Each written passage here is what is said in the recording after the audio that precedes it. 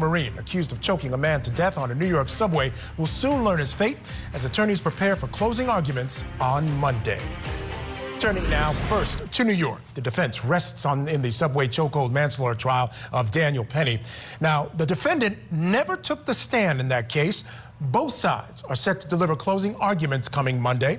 The former Marine is accused of killing Jordan Neely, a homeless street performer, by putting him in a chokehold on a subway train back in May of 2023. Now, Neely was reportedly having some kind of problems. He was behaving erratically, shouting threats, and begging for money on the train. Now, according to witnesses, Neely was unarmed and didn't physically assault anyone. Penny claims he acted in defense of others and himself. The prosecutors called Penny's behavior reckless, telling the jury that he held Neely in a chokehold for much too long. But an expert for the defense told the jury Neely didn't die from that chokehold. Last week, the defense called a forensic pathologist who testified, in his opinion, Neely didn't die from the chokehold. The doctor told the jury that Neely's death was due to a combination of factors, including Neely's sickle cell anemia diagnosis and synthetic marijuana found in his system. He testified the chokehold can be ruled out as a cause of death because Neely was not rendered unconscious before dying. Now, when the trial began earlier this month, jurors got to see newly released police body cam video of officers trying to resuscitate Neely. So I do want to warn you, this video may be difficult to watch. You got a pulse or no? I feel a pulse. You feel a pulse? Keep breathing, right? Try it on the wrist. Try it on the wrist. This one? You got a pulse.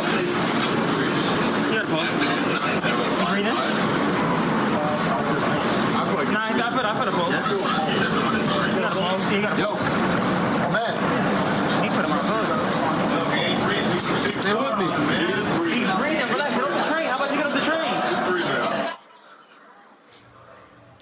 Now, Penny is free on $100,000 bond, and donors have reportedly raised about $3 million for his defense fund.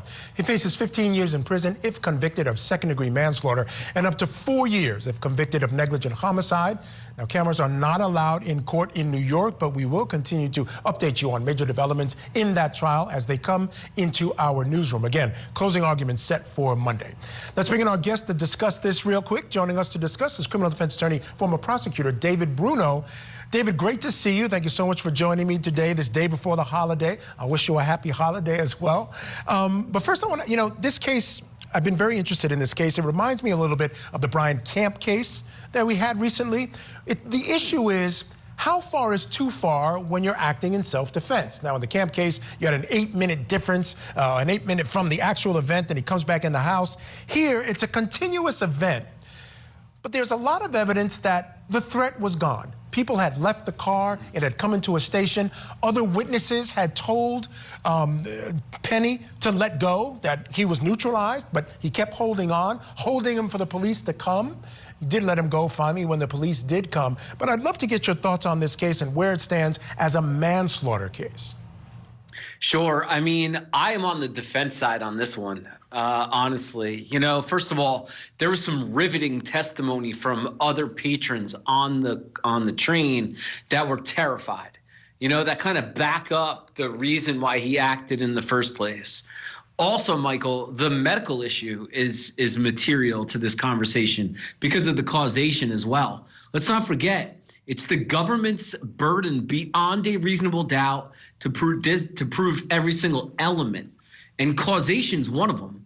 So the defense comes in with their pathologist, which contradicts the government's medical examiner. Also, the fact that the alleged victim had a pulse when the police got there on the train is also very important for me and the conversation, So I see the threat level being high because of the eyewitnesses and some of the testimony, and then you have the causation issue that is ripe for discussion. Yeah, I think that causation issue is compelling. One of the things they said, now he had sickle cell anemia, and apparently sickle cell death really mirrors asphyxiation, which would be how you would die if you were in a chokehold. So it creates an interesting question for this jury. Let's bring in another guest who's also joining us this hour. Former public defender Gabrielle Higgins is with us as well. Gabrielle, great to see you. Thank you so much again for joining me on the program. I'd love to get your thoughts on the Daniel Penny case again.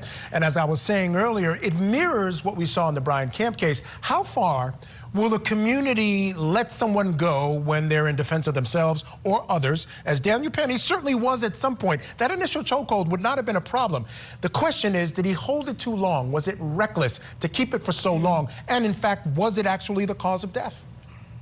Right. So I think the two-part issues, addressing the first part of your issue, was it too long? I think we have witnesses on the scene that not only were in fear, but we do have witnesses that say that, okay, let him go, let this guy go. There were indications that even bystanders thought that he was going too far and holding Mr. Penny too long. I think the other issue, not Mr. Penny, sorry. The other issue is that obviously we're in a situation where we can't tell whether or not his cause of death was asphyxiation or sickle cell. So once again, we're in a situation where it's battle of the experts and which experts appear more credible to the jury. Yeah, now, Daniel Penny has maintained his innocence from the very beginning. And now many people in New York see him as a hero. A lot of other people in New York has turned this into a racial thing, and they think he absolutely should be prosecuted. He did speak out about what his feelings about the situation were. Let's take a listen to some of his words. Some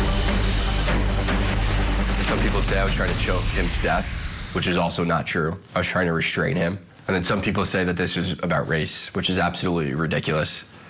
I didn't see a black man threatening passengers. I saw a man threatening passengers.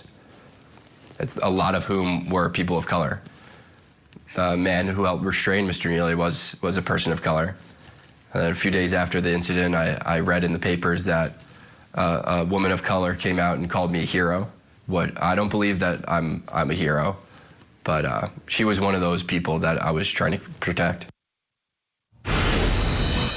You know, David Bruno, I believe him. I think he was in there just trying to do the right thing. But there is a point where the right thing can go too far.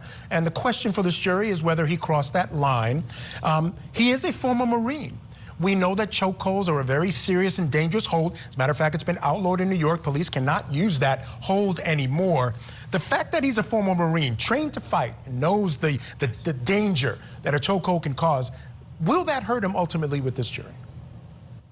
Sure. With that being said, it's the strength of the government's case, Michael. One of the reasons is because the government actually brought in one of his trainers on the chokehold itself. And that witness testified that there was an alternative that was taught to him about the elbow pressure as to where the elbow should have been, whether it's in the middle of the chest or towards the armpit.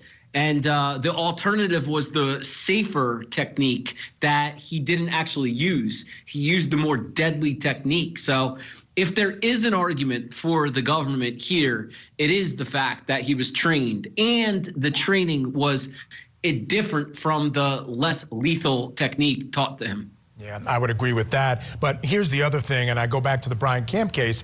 I felt in that case, the jury, Gabrielle, was looking for a reason because they did not want to find him guilty of that crime. I think that might be the same case here. And I think that causation issue might be that reason they could find to find him not guilty.